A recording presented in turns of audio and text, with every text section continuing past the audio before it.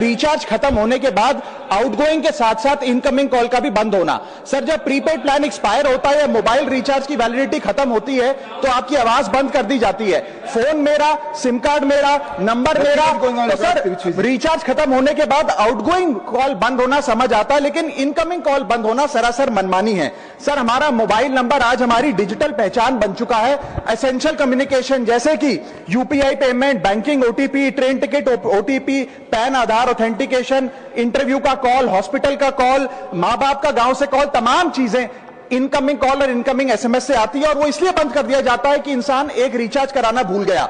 Sir incoming call बंद करना is not stopping of a service, ये हमारे राइट टू कम्युनिकेशन को स्टॉप करने जैसा है। सर जैसे आपका आधार कार्ड इसलिए एक्सपायर नहीं हो जाता कि आपने डिटेल अपडेट नहीं करी, या आपका बैंक का खाता इसलिए बंद नहीं हो जाता कि आपने मंथली डिपॉजिट जमा नहीं किया, या आपका वोटर आईडी इसलिए सस्पेंड नहीं हो जाता कि आप एक चुनाव में वोट डालना भूल गए। ठीक उसी तरह आपका मोबाइल नंबर इसलिए सस्पेंड और डीएक्टिवेट नहीं होना चाहिए कि आप एक रिचार्ज भूल गए। सर मैं सदन में फ्री आउटगोइंग की मांग नहीं कर रहा, फ्री डेटा की मांग नहीं कर रहा, लेकिन इनकमिंग कॉल फैसिलिटी की गारंटी होनी चाहिए। मेरी 3 स्पेसिफिक मांग है। पहली, प्रीपेड मोबाइल कनेक्शन में इनकमिंग कॉल और इनकमिंग एसएमएस कम से कम 1 साल तक कंटिन्यू रहे, चलता रहे from the date of the last recharge, ताकि एसेंशियल कम्युनिकेशन चलती रहे। दूसरी, deactivation of the mobile number after 3 years. ऐसा ना हो कि आपका मोबाइल नंबर किसी को आपका मोबाइल नंबर बंद करके किसी और को अलॉट कर दिया जाए। कम से कम 3 साल का ग्रेस पीरियड देना चाहिए from the date of the last recharge. And third demand, mobile operator should introduce a low cost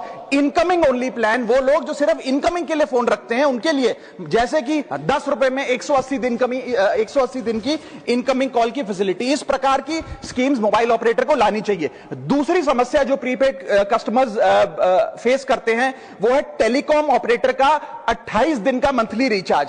साल में सर महीने 12 होते हैं, लेकिन 28 दिन की रिचार्ज के माध्यम से 13 टाइम्स रिचार्ज कराना पड़ता है। कैसे सर? 28 दिन into 13 times is equal to 364 days। ये एक बड़ी क्लेवर स्ट्रैटेजी है जिसके चलते आपको फीलिंग 30 दिन की देते हैं, लेकिन आपसे डीलिंग 28 दिन की करते हैं। सर दुनिया में हर जगह बिलिंग साइकिल कैलेंडर मंथ के हिसाब से होती है, 30 या 31 दिन।